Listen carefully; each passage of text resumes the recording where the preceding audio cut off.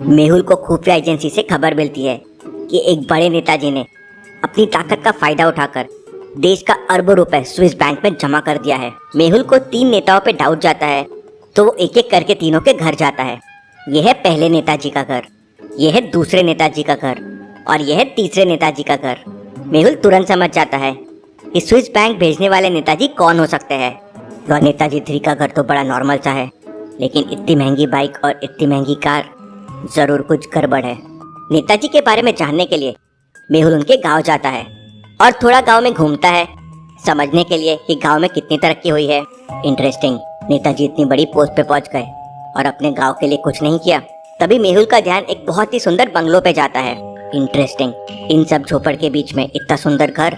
नेताजी ने लगता है सारा पैसा यहाँ इस घर पे लगाया है जिससे किसी को शक ना हो।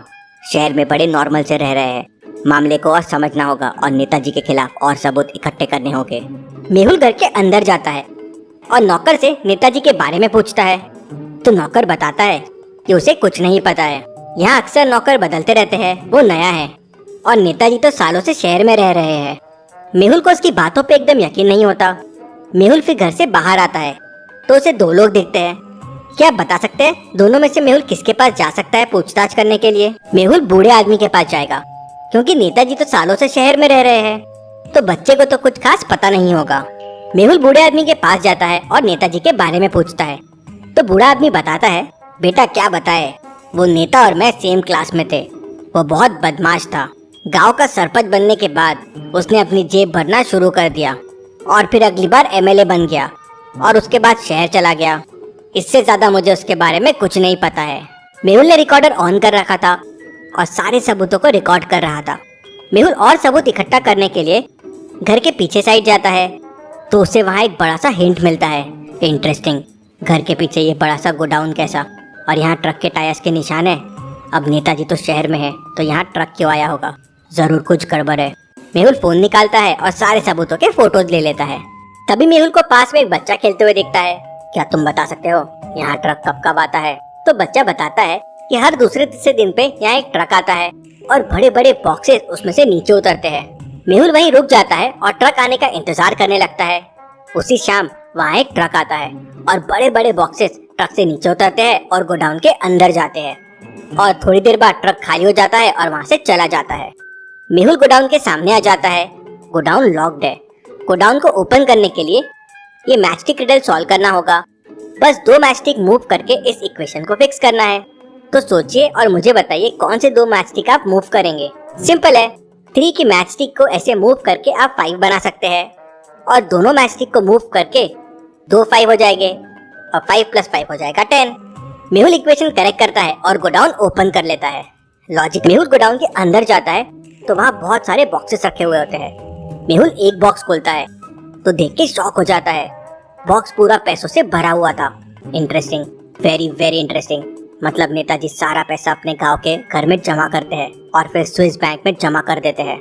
मेहुल मोबाइल निकालता है और सारे सबूतों की फोटोज ले लेता है। मेहुल को पास में कुछ डॉक्यूमेंट्स मिलते हैं जिसमें किसी दाऊ का नाम होता है। ये तो स्विस बैंक के डॉक्यूमेंट्स है। ये दाऊ कौन है? और ये डॉक्यूमेंट्स तो काफी पुराने लग रहे हैं, लेकिन इसमें दाऊ का नाम और साइन क्यों है? मेहुल डॉक्यूमेंट्स को ध्यान से देखता है तो उसे डॉक्यूमेंट्स नकली लगते हैं। क्यों? मेहुल को डॉक्यूमेंट्स नकली क्यों लगते हैं? कोई बैंक के ऑफिशियल डॉक्यूमेंट्स में उल्टा साइन नहीं कर सकता। जरूर ये डॉक्यूमेंट्स भी नकली है और ये सिग्नेचर भी नकली है। मुझे ये दाऊ का पता करना होगा।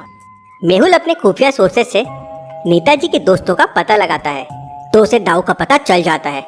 दाऊ शहर में रहता है। मेहुल तुरंत अपनी कार निकालता है और उनके घर पहुंच जाता है। मेहुल घर के अंदर जाता है तो उसे वहाँ 3 लोग दिखते हैं। तो क्या आप बता सकते हैं तीनों में से दाऊ कौन है, ए, बी या सी? ए तो यंग लड़का लग रहा है। मेहुल को पुराने पेपर्स मिले थे जिसपे दाऊ के साइन थे और दाऊ नेताजी का दोस्त भी है, मतलब ये तो नहीं हो सकता। दूसरा तो माली लग रहा है। तीसरा धोती वाला आदमी ही दाऊ होगा। मेहुल उसके पास जाता है और उससे पूछताछ करता है तो दाऊ बताता है कि मैं और नेताजी तो बहुत अच्छे दोस्त थे। हम दोनों अच्छी तरक्की कर रहे थे, लेकिन फिर नेताजी ने बुरे काम चालू कर दिए, गलत तरीकों से पैसा कमाना चालू कर दिया, करप्शन करने लगे तो मैंने उन्हें छोड़ दिया। कई सालों से अब हम मिले भी नहीं हैं। फिर मेहुल दाऊ को गोडाउन में मिले डॉक्यूमेंट्स के बारे में बताता है तो दाऊ शॉक हो जाता है। मतलब आपको भी नहीं पता है आपके पुराने साइंस के बलबूते आपके नाम से पैसा स्विस बैंक में भेजा जा रहा है। Very very interesting. Dau Mehul को बताता है कि फिरोज अभी भी नेताजी के साथ काम कर रहा है, उससे काफी इन्फो मिल सकती है। दाऊ फिरोज को व्हाट्सएप पे मैसेज करते हैं, कॉल मी। फिरोज का तुरंत कॉल आ जाता है। दाऊ कॉल को स्पीकर पे रख देते हैं।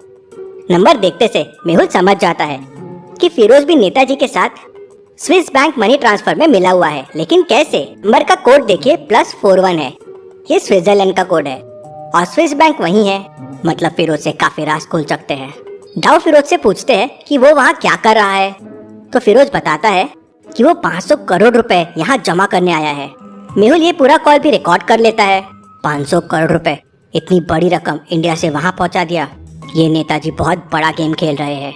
ये फिरोज ही नेताजी के खिलाफ सबसे बड़ा सबूत है, इससे सब पता करना होगा। दाऊ बताते हैं कि फिरोज अपनी पत्नी के साथ इसी शहर में रहता है। मेहुल अपनी कार निकालता है और तुरंत उसके घर के लिए निकल जाता है। मेहुल उसके घर पहुंच के पूरी सच्चाई उसकी पत्नी को बता देता है। उसकी पत्नी रोने लगती है और फिरोज को कॉल करके उसे ये सब बंद करने के लिए कहती है। वो फिरोज से कहती है कि सबसे पहले देश से प्रेम, उसके बाद सब कुछ, और बहुत दुखी हो जाती है। अपनी पत्नी को ऐसा देख फिरोज मेहुल की मदद करने के लिए तैयार हो जाता है और पूरा पैसा वापस लेके इंडिया आ जाता है। ये बात नेताजी तक पहुंच जाती है। नेताजी फिरोज को मारने के लिए एयरपोर्ट पे गुंडे भेज देते हैं। मेहुल फिरोज को लेने एयरपोर्ट जाता है। मेहुल आजू बाजू लोगों को देखता है और समझ जाता है कि कुछ गुंडे उसके आसपास में हैं। क्या आप इस एयरपोर्ट सीन को देख के बता सकते हैं यहाँ कितने गुंडे हैं? यहाँ टोटल 4 गुंडे हैं। ये 4। मेहुल गुंडों को पहचान लेता है और एक एक करके चारों को किक लगाता है। गुंडे दूर जाके गिरते हैं। फिर मेहुल फिरोज को बचाते हुए सीधा पुलिस स्टेशन आ जाता है और पुलिस को सारे सबूत दिखाता है और फिरोज भी अपना बयान दे देता है। पुलिस नेताजी को पकड़ लेती है। Case solve. Detective Mehul rocks. Thank you.